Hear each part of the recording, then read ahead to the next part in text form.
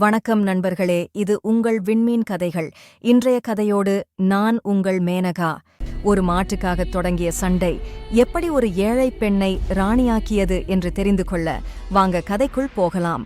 ஒரு பசுமையான கிராமத்துல சந்திரனும் இந்திரனும் வாழ்ந்தாங்க. அண்ணன் சந்திரன் பணக்காரன், ஆனால் தம்பி இந்திரனோ ஏழை. ஒரு நாள் இந்திரன், அண்ணா, எனக்கு ஒரு பசுவை கொடு, நான் பால் வித்து சம்பாதிச்சுக்கிறேன். தரேன், ஆனா நீ ஒரு வருஷம் என் வயல்ல வேலை செய்யணும். இந்திரன் வேலை செய்தான். ஆனா வருடம் முடிந்ததும் சந்திரன், நீ ஒரு வருஷம் என் பசுவின் பாலை குடிச்ச, அதுக்கும் இதுக்கும் சரியாயிடுச்சு என்று சொல்லி பசுவை தரவில்லை. இருவரும் சண்டை போட்டு தீர்வுக்காக அரசரிடம் சென்றனர். அரசரோ, சண்டை வேண்டாம், 3 புதிருக்கு பதில் சொல்லுங்க. யார் ஜெயிக்கிறீர்களோ அவர்களுக்குத்தான் பசு. அந்த புதிர்கள் என்னவென்றால், மனிதனின் வயிற்றை நிரப்புவது எது, அவனுக்கு சந்தோஷம் தருவது எது, வேகமாக ஓடுவது எது. மறுநாள் சந்திரன் அரசரிடம் வந்து, வயிற்றை நிரப்புவது நல்ல சாப்பாடு, மனுஷனுக்கு சந்தோஷம் தருவது பணம், வேகமா ஓடுவது நாய். உங்கள் பதில்கள் அபத்தமாக இருக்கு. பிறகு இந்திரன், வயிற்றை நிரப்புவது பூமி, மனுஷனுக்கு சந்தோஷம் தருவது நிம்மதியான தூக்கம், வேகமாக ஓடுவது மனிதரின் எண்ண ஓட்டம். நல்ல பதில். இதை யார் உங்களுக்கு சொல்லிக் கொடுத்தது? என் மகள் துளசி. புதிருக்கு சரியான பதிலைச் சொன்னதால் பசு இந்திரனுக்கு கொடுக்கப்பட்டது. பிறகு அரசர் துளசியின் அறிவு கூர்மையை சோதிக்க இந்திரனிடம் 10 வேக வைத்த முட்டைகளை கொடுத்து, இன்னைக்கு ஒரே இரவில் இவற்றை அடைகாத்து கோழியாக்கி அந்த கோழியின் முட்டையை நாளை என்னிடம் எடுத்து வரணும் என்றார். இந்திரன் வீட்டிற்குச் சென்று நடந்தவற்றை துளசியிடம் சொன்னார்.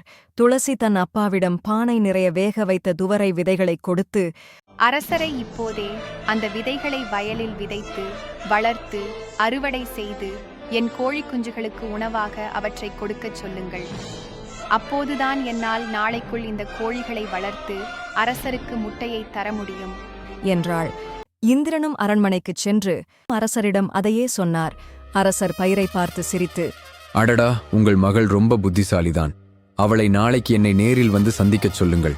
ஆனால் ஒரு நிபந்தனை, அவள் வரும்போது அவள் நடந்தும் வரணும், அமர்ந்தும் வரணும், வெறுங்காலுடனும் வரணும், செருப்பு அணிந்தும் வரணும், எனக்கு பரிசுடனும் வரணும், பரிசின்றியும் வரணும்.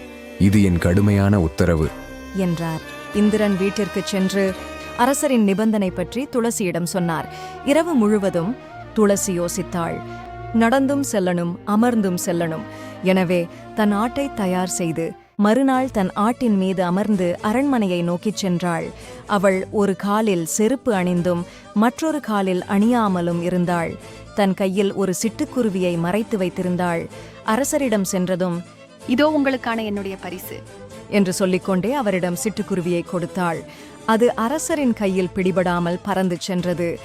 தான் சொன்ன நிபந்தனையின்படியே துளசி வந்திருப்பதைக் கண்ட அரசர் வியந்து, உன் அறிவு கூர்மையை நான் சோதிக்க விரும்புகிறேன். தாராளமாக சோதித்துப் பாருங்கள் அரசே. சரி, நான் கேட்கும் புதிர்களுக்கு நீ சரியான பதிலைச் சொன்னால் உண்மையிலேயே நீ புத்திசாலிதான் என்பதை நான் ஒத்துக்கொள்கிறேன். என் சத்தத்தை நீ கேட்பாய், ஆனால் என் உருவம் தெரியாது. எதிரொலி.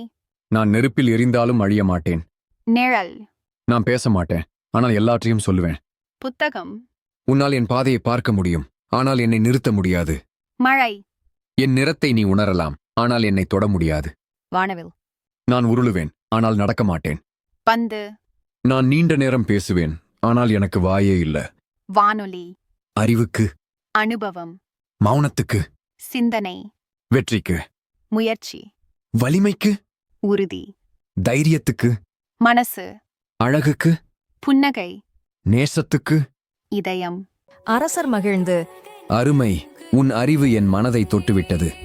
இவ்வளவு அறிவு கூர்மை வாய்ந்த நீ என் ராணியாயிருக்க விரும்புகிறேன். என்னை திருமணம் செய்து கொள்வாயா என்றார். துளசியும் சம்மதித்தாள். அவர்களின் திருமணம் இனிதே நடந்தது.